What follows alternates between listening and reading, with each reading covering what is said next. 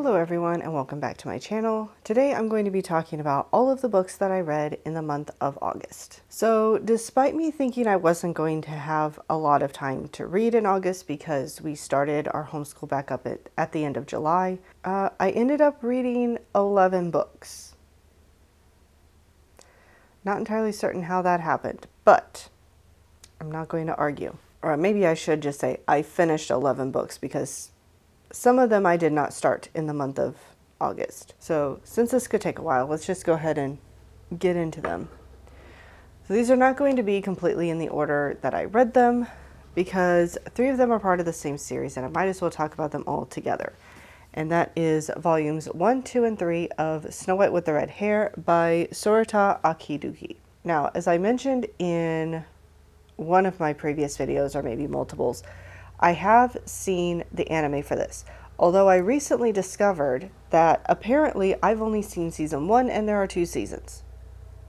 And sorry, there's construction and stuff going on outside, so it gets a little noisy sometimes. They tore a building down near where I am and they're still cleaning it up, so if you hear noises outside, that's what that is. So at this point in the story, I already know what's happening and what's going to happen. And while I enjoy the series, I think I enjoyed the anime better, which probably sounds really bad to say, but so far I'm not getting anything out of these books that I didn't get out of the anime.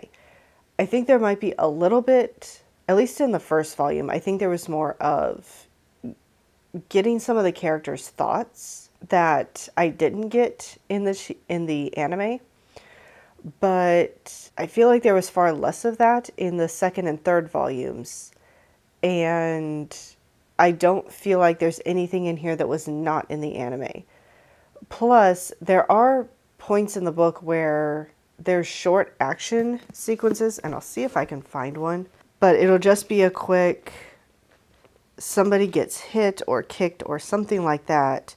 And I don't feel like the way it's illustrated in the book makes it the easiest to understand what actually happened.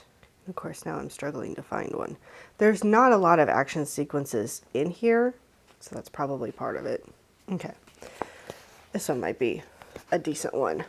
We'll see how well you guys can see it on camera. But just by the pictures, I struggle to picture what's actually happening in the scene. And obviously, in the case of the anime, that's not an issue because it's video, so you see the full motion of what's happening. So I don't feel like I'm getting any more out of this story than I did out of the anime. I enjoyed watching the anime, so I think at this point I'm just going to stick to that and I'm not going to worry about continuing with the rest of the series. As far as the story itself, I really like the story in this series. My big problem is just the fact that I watched the anime first. I already know the story. And I have watched an anime and then read the manga later and gotten more out of the manga. Or there may even be things in the story that were changed when the anime was made. So I saw those changes in the manga. And that I didn't mind because then I felt like I got something out of the manga. But in this case, I really don't. So there's really no point in me reading the manga if I already know the story. So, all right. Then the next book that I finished in August is one that I got from NetGalley, and that is Beyond Ivy Walls by Rachel Fordham. And this one, I think, was released at the end of August, towards the end of August. But this is a historical Christian romance set in the early 1900s in Iowa. So obviously that piqued my interest. But it's a bit of a Beauty and the Beast retelling, although early on, to me, it felt more like Phantom of the Opera because the guy was trying to hide the things about him that were basically, in his view, a deformity, or they were different about him. It was something that set him apart from everyone else. And the fact that, and it was to do with his appearance. And so the fact that he was trying to hide this thing about him that made him look different made me think of Phantom of the Opera. But as you get further into the book, This is a much healthier relationship than Phantom of the Opera, so I understand the Beauty and the Beast correlation. This one is about a girl whose family has fallen on hard times. They own a farm, but her father got injured and he's not able to work the farm. So her sisters and her mom are doing what they can to keep the farm going, and she goes to a little bit bigger city to try to get a job and earn some more money for her family. But she hasn't been able to stay in the place that she was originally boarding at. So she ends up hunkering down in an abandoned building. Unfortunately, this abandoned building is on the property and owned by a wealthy family. Now, the father and son, older son, have passed away. And the house is mostly sitting empty except for the two housekeepers. Or maybe I should say the housekeeper and the butler. But the younger son returns, and his name is Otis. And he discovers her in the abandoned building and decides to offer to stay in his house if she promises to help with, doing some of the work, helping with some of the cleaning up and going through things, in exchange for extra money to help her family. And then, of course, through working for him, they get to know each other, and a romance ensues. First of all, this is a very slow burn romance, which is what I tend to prefer in books. For the most part, I did really enjoy the book. There was a lot of good faith content, and I liked how the relationship progressed. I also appreciated the fact that whenever there was something that came up that the characters thought this could be awkward to talk about, or I don't really want to talk to them about it, they still went ahead and said, this is uncomfortable, but I'm going to do it anyway. And they talked about things. There wasn't miscommunication. We didn't have that trope. We weren't hiding secrets other than his appearance and why it was that he hid away from people initially. They didn't keep secrets from each other until the end. And that was the part that bothered me, because the main character, whose name I don't remember. I remember Otis, but I don't remember her name.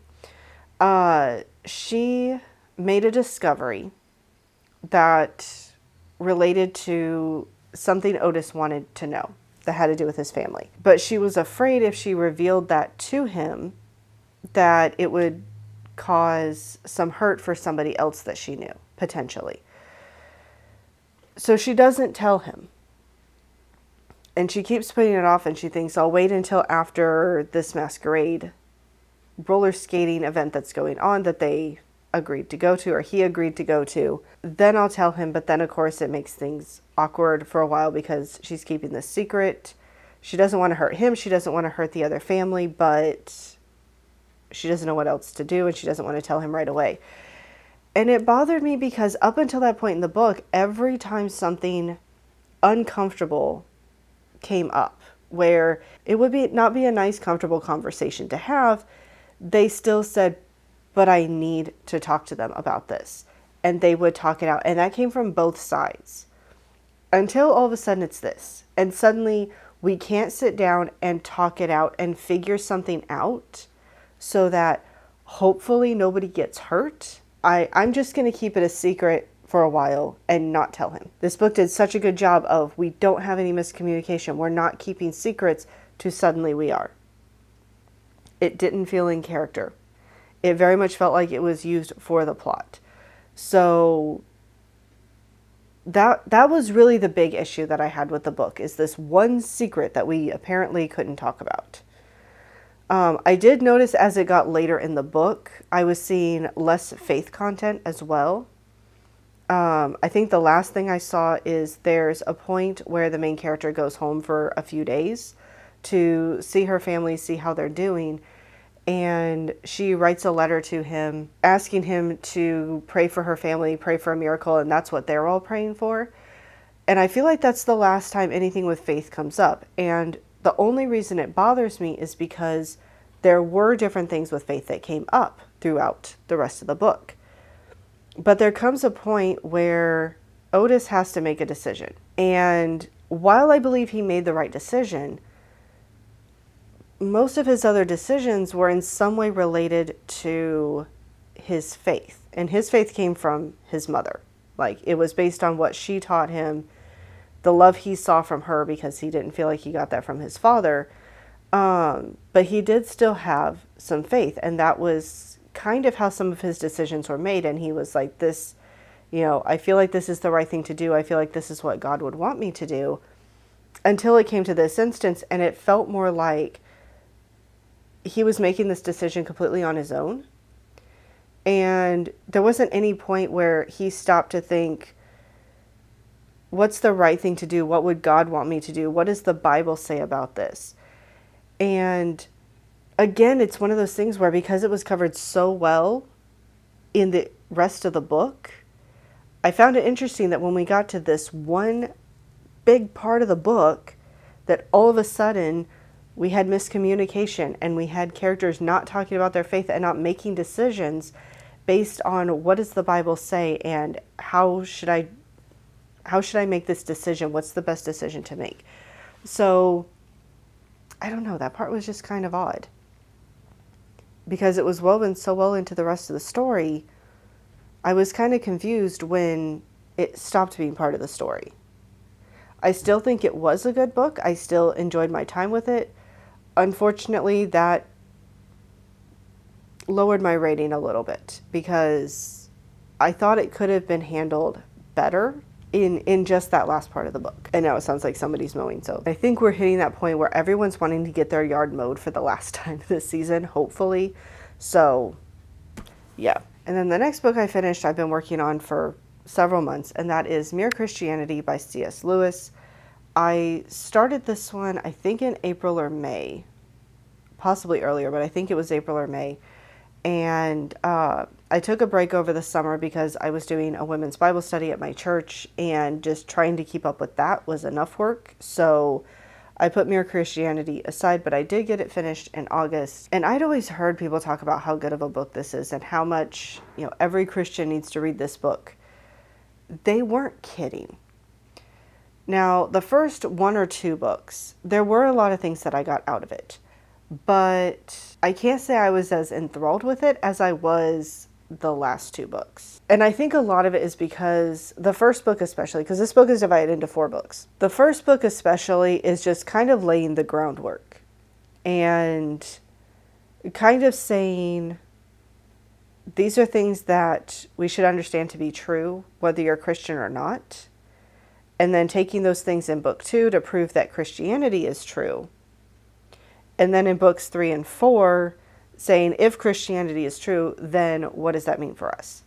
So I got a lot more out of books 3 and 4, and it was a very, very good book. So if you haven't read it yet, whether you're a Christian or not, I think you should. But definitely if you're a Christian, I recommend pick up this book, and please give it a try. All right, the next book that I finished in August, I think a lot of people are going to be happy to hear about, and that is East of Eden by John Steinbeck. So this is the one that won the vote on my Classics One and Done video, and it was a little bit of a chunky book, so it took me a little while to get through, but I also did not pick it up until July. And that was my mistake. I really should have picked it up sooner. But, this book is a trip. There is a lot in this book. And as I mentioned in my last wrap-up video, I'm not going to be including content warnings in my wrap-up videos anymore. I will be including them in my Goodreads reviews, so I will leave a link down in the description to my Goodreads review for every book I mention on here. And if you want to know any content warnings for any of the books that I talk about, you can go there and check them out. The only thing I'm going to say on here for this book is content warnings for everything. If you can think of it, it's probably in this book. And I told that to my sister-in-law, and she tried to make a joke about, does it include this? And my knee-jerk reaction was to say, okay, fine, it doesn't have that. But then I stopped and I went, does it? Because all of a sudden I wasn't sure. Yeah, there's a lot in this book. If you are thinking about picking up this book and there's a lot of things you don't like to read in books, go to my Goodreads review and see what is in this book. I don't cover literally every detail of this is every single thing in the book. I just hit the highlights of these are the type of things you're going to come across in this book. So if you don't want to read about those things, you may not want to read the book.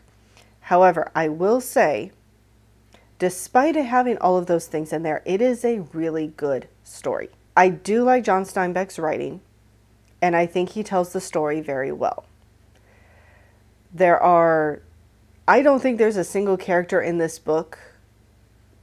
Okay, there might be one. At most, there's one character in this book who doesn't do anything that I disagree with. So, just putting that out there. But this book has, the way that it phrases it on here, let me see if I can find it. Yeah, I think I was reading this as, this is kind of a retelling of Genesis, Adam and Eve, Cain and Abel, those stories. The way it's phrased in here actually is, this novel follows the intertwined destinies of two families, the Trasks and the Hamiltons, whose generations helplessly reenact the fall of Adam and Eve and the poisonous rivalry of Cain and Abel. And after reading the book, I'm very much of the opinion of, he did not write this as a retelling or like modern reimagining of Adam and Eve and Cain and Abel. I think there are things in their lives that, as he wrote it, he made connections to Adam and Eve and Cain and Abel, and they are mentioned at different points in the book. There are points where a character will say, this kind of reminds me of Cain and Abel, or I mean, they don't say it in that way, but they say something where it's like they liken something to Cain and Abel, or they liken Adam Trask to Adam in Genesis. I think it's very likely that he took his idea for this story and he took Genesis and he thought, how can I make connections between them in just how their lives play out, and then use that for maybe foreshadowing purposes or something like that. But I definitely don't think it's a retelling or reimagining, because honestly, if it was, bringing up those things in the novel is a little too on the nose. If you're doing a retelling of Cinderella, you don't mention Cinderella in the book, and, have the characters make the connection between Cinderella and the main character of your story, because now you're basically telling your readers, like, you see the connection I made? You get it? I wanted to put this in here in case you didn't get it. So I don't think that's what he's doing, because I think just from reading this book, I feel like John Steinbeck is too good of a writer to have these connections in his story and then feel the need to tell the reader, here's the connection. See, did you miss it? Because here it is. That doesn't make sense to me. So I think it's literally just, we have this story, and throughout it he mentions things that are similar to Genesis. In some cases, I do very much feel like it's used as a foreshadowing tool.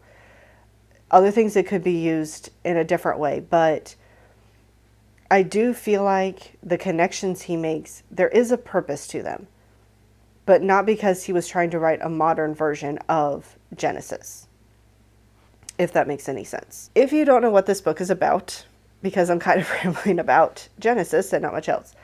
So this book, as it says, follows two families. We follow the Trasks, primarily Adam, but we also learn about Adam's father, his mother, his stepmother, and his brother as he's growing up.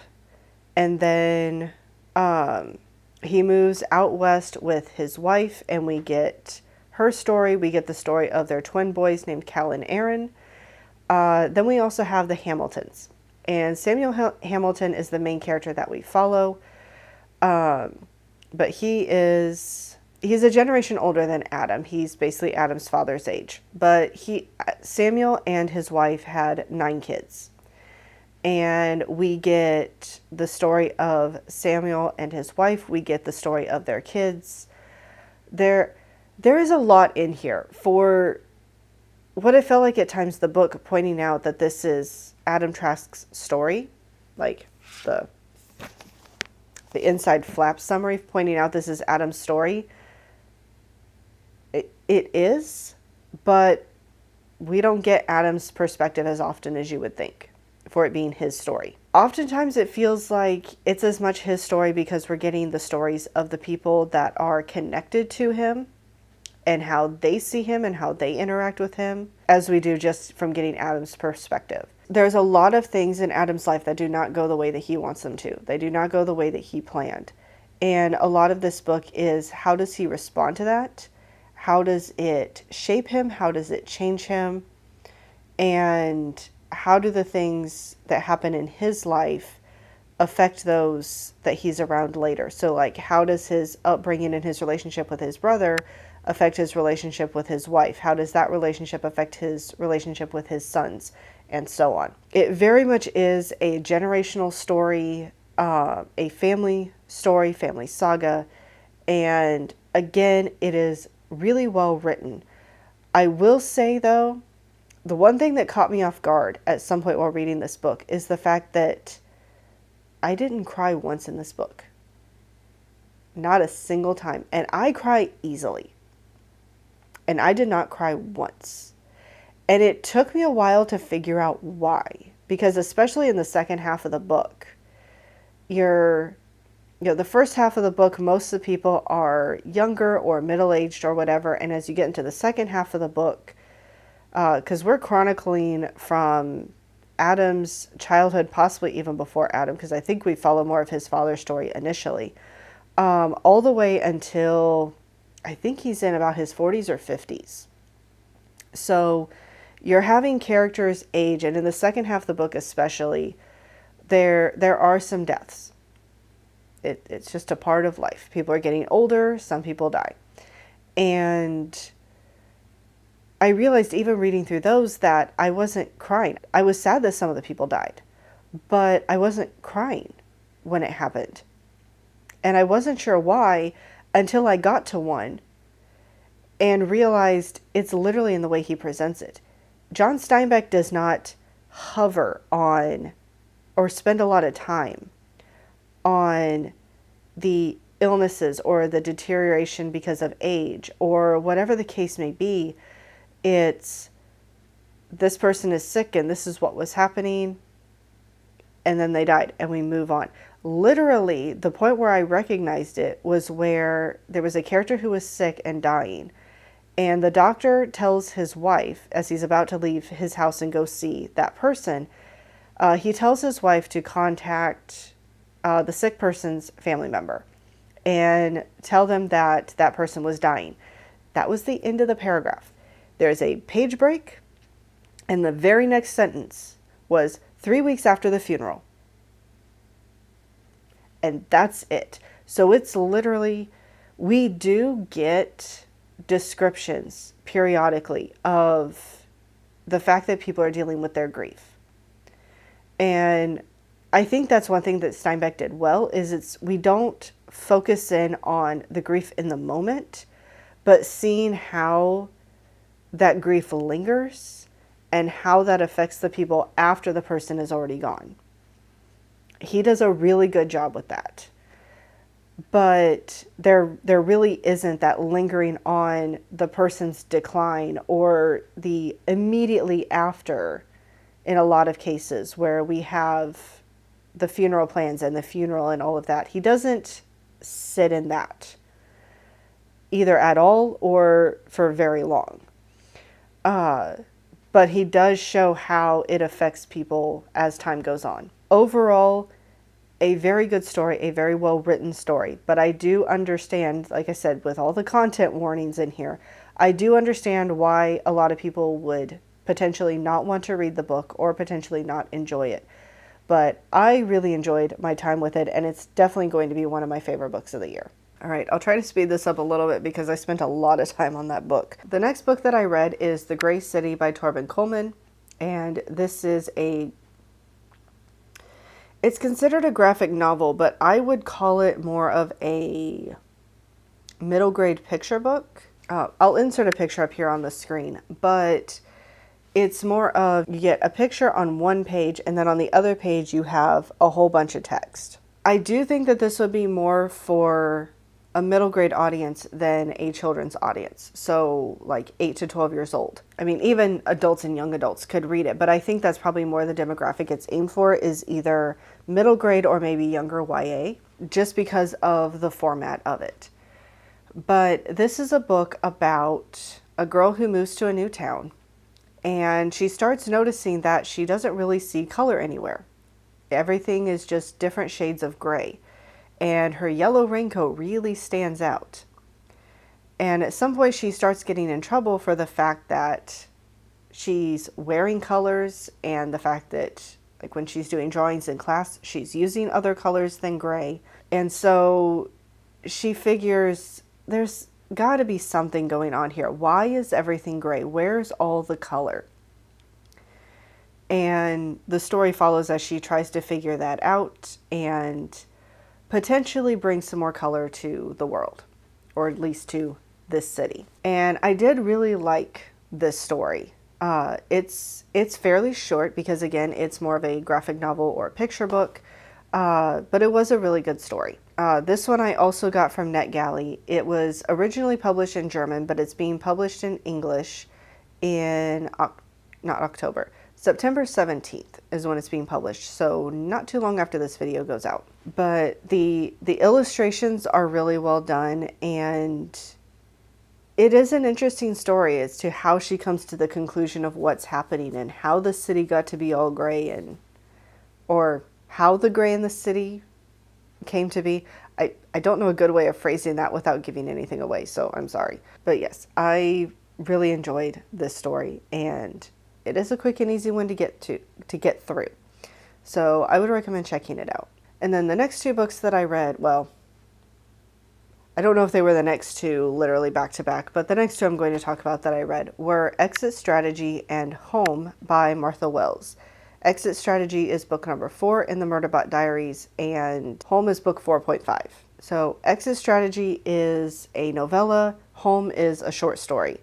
And it's the first story I've read that is not from the perspective of Murderbot. I did really enjoy both of these. Obviously, I don't feel like I got quite as much out of the short story because it's not as long, but it was interesting getting a different perspective. Exit Strategy I did enjoy, though I will say I still think book 3 is my favorite in the series so far. And one of the reasons I think I didn't enjoy book 4 quite as much is because one of the things I enjoyed with books 2 and 3 were the other AIs or robots or whatever they may be that Murderbot was coming in contact with. We have Art in book 2, we have Mickey in book 3, and I really liked seeing Murderbot's interactions with these other AI and robots. And we didn't have any of those characters in book 4. So I think that's probably part of it because it does add to some of the humor in the story, but it was still a good story, and I do feel like it's kind of wrapped up everything that's happened in the first 4 books really well, because book 5 is the first novel in the series. So I have a feeling a lot of it is these first 4 books were setting everything up for book 5.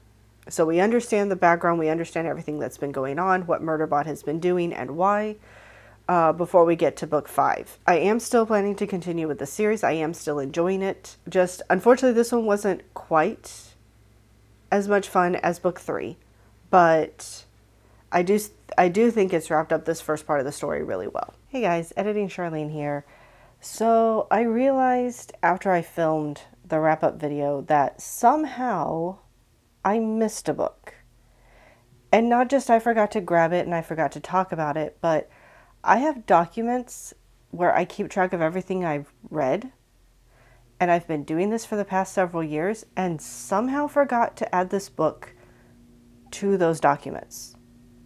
So when I was planning out this video, I didn't end up grabbing the book because my documents said I hadn't read it. So this was the last book that I finished in the month of August. However, the last 2 books I'm going to be talking about are books in a series, so I'm just going to go ahead and pop this one in here. But the other book that I read is A History of France by John Julius Norwich, and I've been working on this book pretty much through the entire summer, and finally got it finished in August. So as you can probably guess from the title, this is a nonfiction all about the history of France, and it documents from about 58 BC until 1945. So it gives a really good overview of what was happening in France, the things that shaped the country. Obviously, the leadership is covered quite a bit because they play a big part in what happens in the country, as well as obviously people's response to the leaders in the country. So it is very tabbed up, but I will let you know if you can see the different colors. The yellow ones are all for each time the leadership changed. So anytime there was a new king who came to the throne, or a new president or emperor or whatever their title may be, I added one of these tabs. So it's a little easier to go back through and find out, like when I'm reading my French classics, when did this take place? Who was on the throne? Who was ruling the country? All those kinds of things. And hopefully get a quicker reference if I need it. But I did really enjoy this book. It gave a really good overview, went in depth on some things, but didn't go super in depth on them. So if you're just looking for a book that gives you a basic idea of what was happening in France during these 2,000 years, and you don't mind some anecdotes about the people, the type of people they really were, but you want a book that doesn't go too in depth and spend too long on any one person, I would recommend going ahead and picking this book up. I think it's a great place to start if you don't know a lot about French history and are curious about it. All right, and then I actually finished up a couple series this month. So the next book that I read was The Seaside Corpse by Martha Jocelyn, which is the fourth and final book in the Aggie Morton Mystery Queen series. Now, I will be honest, I wanted to make sure I finished this book in August because this cover, in my opinion, very much screams summer. They're on the seaside, they're at the shore, they're at the beach. It screams summer. However, weather-wise, for me, this screamed spring or fall because it was wet, it was sometimes chilly, it was rainy. That's not summer in most of the U.S. This might be an English summer. This is not summer in the U.S. So it didn't quite have the summer feel for me, but it does take place in summer. So I did enjoy the book. This one takes place, it says, at a seaside camp. Basically, there are a couple paleontologists, they're husband and wife, but she discovered a skeleton of an ichthyosaur. Unfortunately, where the skeleton is located, the only time they can get to it is during low tide. And so she's doing some studies of it while she can, but she also has plans to try to get the skeleton removed. I believe, I don't know if it's supposed to be around, like, I don't think it's the summer solstice, because I don't think it's that early in summer. But there's a specific time that she's wanting to try to get the skeleton removed because the tide will be at its lowest and it will be low the longest. So it's the best chance they have of getting the skeleton out during low tide. And so this camp has been set up for a few kids who want to help out with the ichthyosaur and learn a bit about paleontology and how to look for fossils, how to clean up the fossils, get them ready for a museum, all that kind of stuff. So Aggie and Hector are going, which is very much not Hector's thing. Hector is very much, he wants to be neat as a pin all the time. And everything has to be in order, everything has to look right and nice and neat. And now he's camping in a tent. And there's one tab I have in the book. Apparently, I was just reading the book and not tabbing beyond that. But there was a point where Aggie and Hector are kind of talking about where they're at and talking about the sea and talking about the camp and all of that. And Aggie, waves to the sea and the sky and, but look at all of this. And Hector goes, I look. He said gloomily. And it's just, poor Hector is not a fan of getting dirty.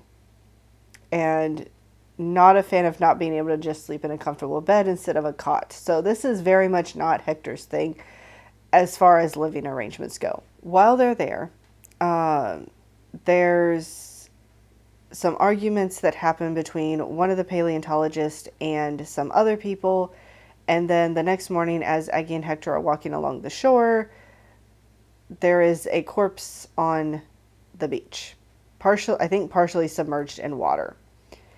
And they're trying to figure out what happened to the person who might have potentially had something against them to potentially have murdered them, because obviously this is the fourth dead body they've come across in a year. And how did the body end up in the ocean?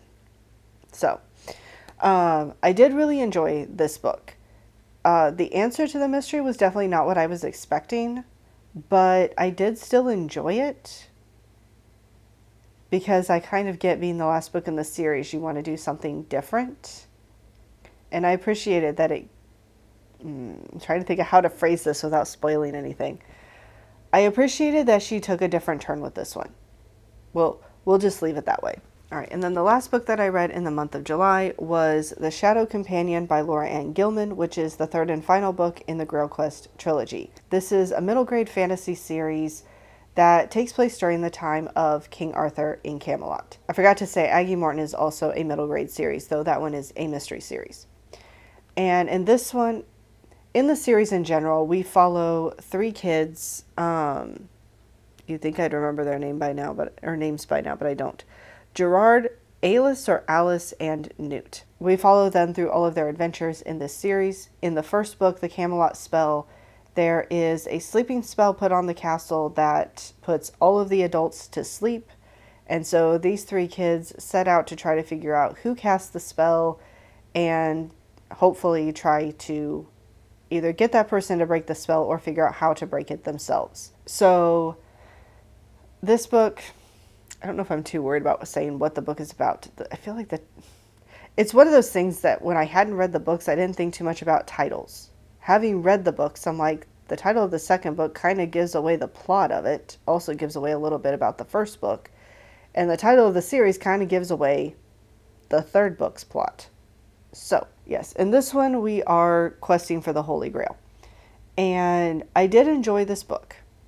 However, I will say, and this is coming very much from an adult perspective and not a child's perspective, the one thing I didn't care for in this book was how many times something would come up with these kids where it's like, here's an ability that they have, but we don't know about this ability or see it in action until it's needed.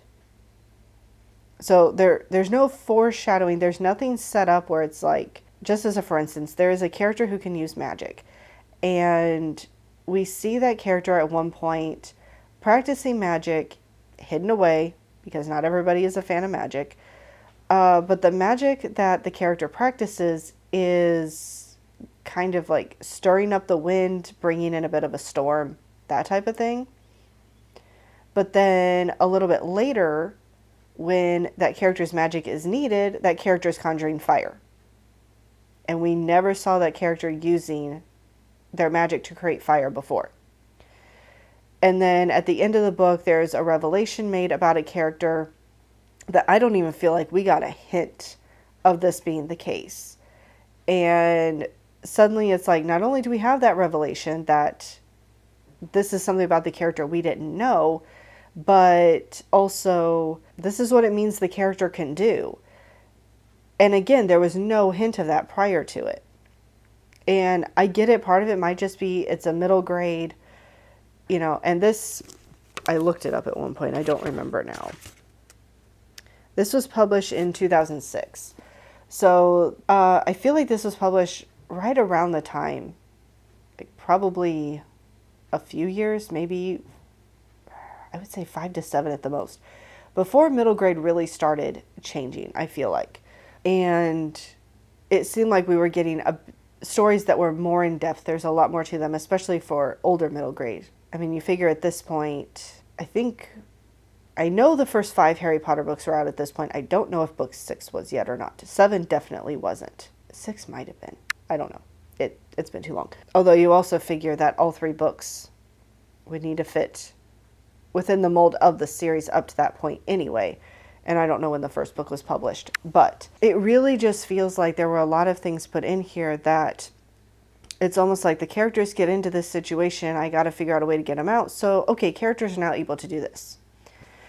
And I get it, it's middle grade, and for the most part, a lot of younger readers would not necessarily catch that because this book does say it's for ages 10 and up.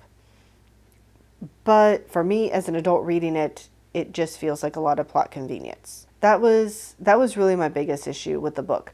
This one was a lot more fun than the second book, but there was that issue. Now, when I did my review of the Whispers on the Moors trilogy, I said that whenever I finished a series, I wanted to do a full video where I talk about the individual books, I talk about all the books in the series, I talk about the series as a whole, and I also rank the books from worst to best in the series. So you guys have an idea of which books I liked the most, which ones I liked the least, what I thought about the series as a whole, and all of that. However, with middle grade books, I'm not sure I really need to do a full dedicated review of the series, because I feel like middle grade, even more so than, and often much more so than adult series, there seems to be a pretty consistent feel for the books. Kind of, if you give the first book 4 stars, you're probably going to give all the books in the series around 4 stars. So I don't feel like there's as much to talk about. I don't feel like there's as much nuance to the books. So I don't think I need a full dedicated review. But just in case you guys are curious, I will go ahead and rank the individual books in this series and the Aggie Morton series, so you at least know how I felt about the series as a whole, but I don't think it needs a full dedicated video review. So I do have all 3 books for the Grail Quest series. I've kind of talked about these a little, but the first book is The Camelot Spell. The second book is Morgane's Revenge. And then The Shadow Companion is the third book. Now, as far as ranking, I can tell you which book is my least favorite. It doesn't even feel close. That's Morgane's Revenge. And the biggest reason I didn't care for this book is because not much happens. All 3 of these books, I will say this, are big on travel. If you're not a fan of reading books where characters are going on a journey, you're probably not going to want to read this series, because that's what every book in this series is. In the first book, they're traveling from Camelot to try to find out who cast this sleeping spell and stop them or find a way to reverse it. In this one, a character gets kidnapped by Morgane, and they're traveling to find that person and rescue them. And in the third book, they're traveling to seek the Holy Grail. But all 3 books very much have a lot of traveling.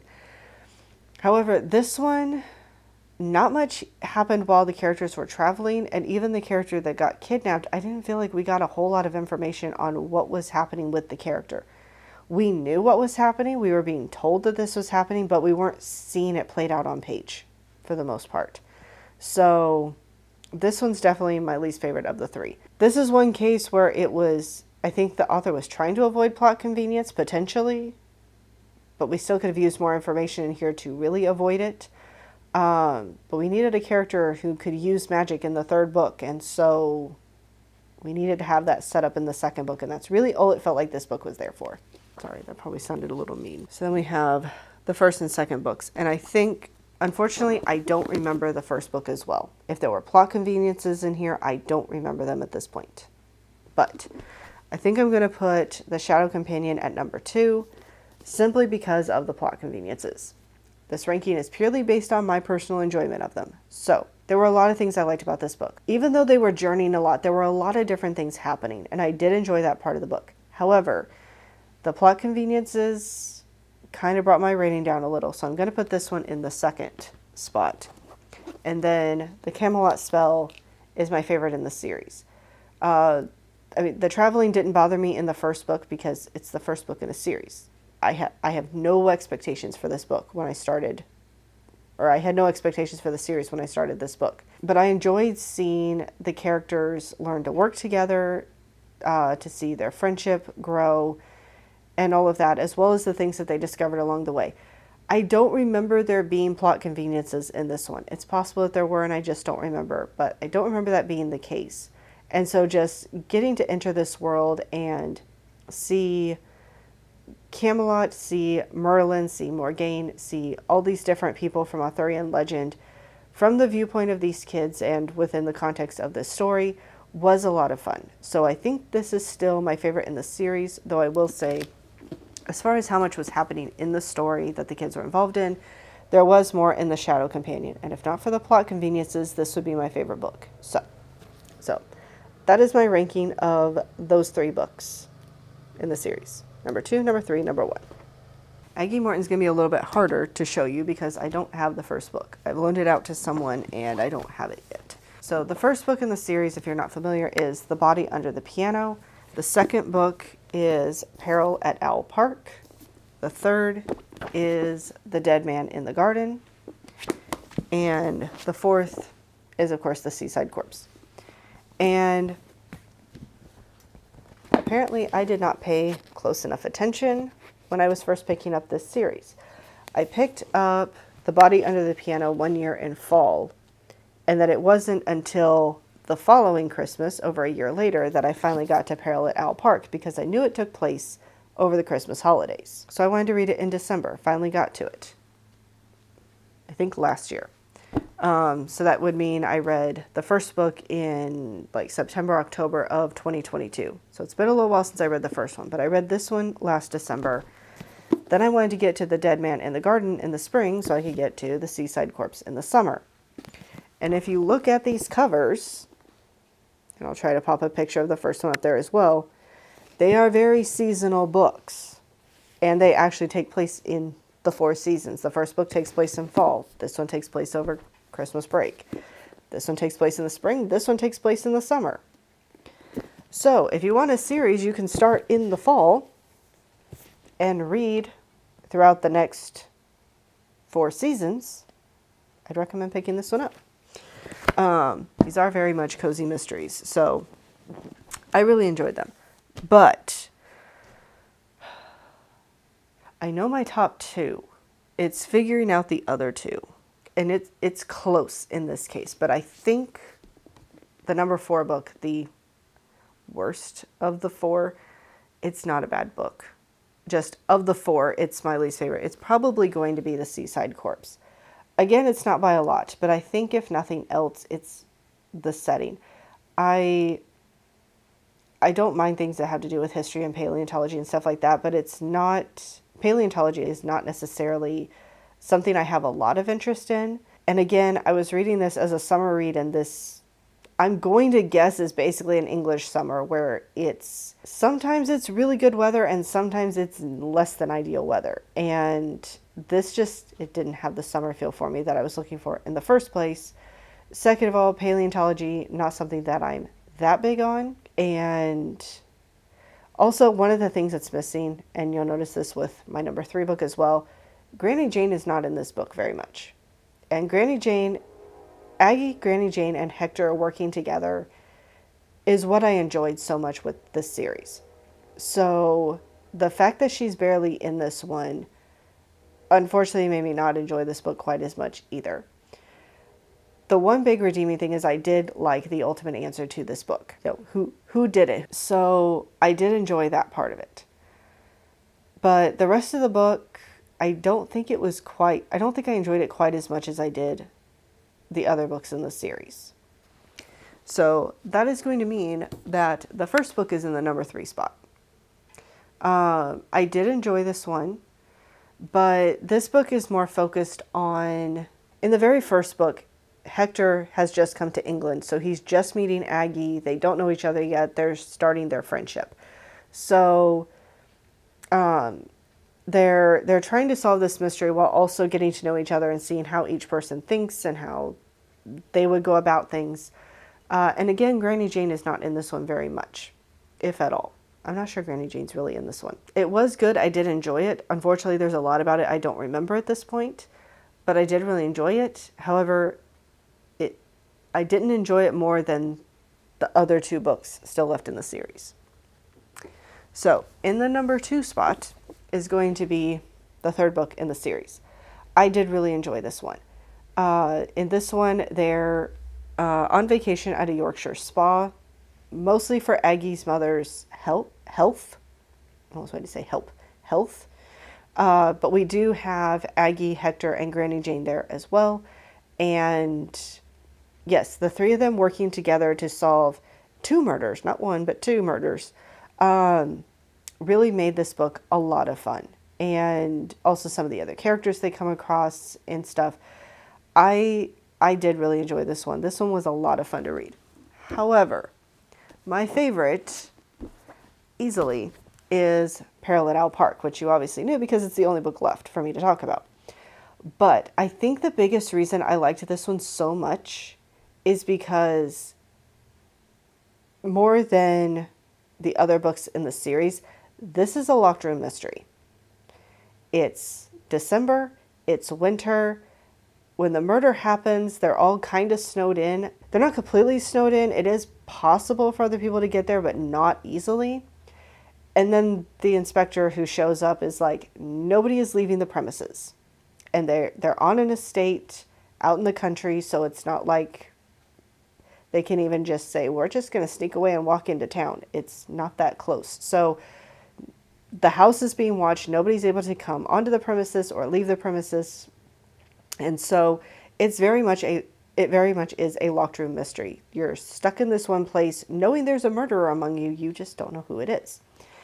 And I've come to realize from reading this one and also reading the novella Three Blind Mice by Agatha Christie last year that I apparently do really enjoy locked room mysteries. So this one is easily my favorite book. And again, Granny Jane is in this one. She's in it quite a bit, and I love Granny Jane. So that's why this one's my favorite. Okay, so this is really funky to try to hold up because I have to pretend book one is there. But from least favorite to favorite, my ranking of this series, wow, I cannot think of words today, is 4, 1, 3, 2. So that's all I have for you guys for today. If you read any of these books, let me know what you thought about them. And also let me know what were some of your favorite books that you read in the month of August. Or if there's any that you want to rant about, feel free to rant about them in the comments. Other than that, I hope you guys are having a wonderful day, and I'll see you later.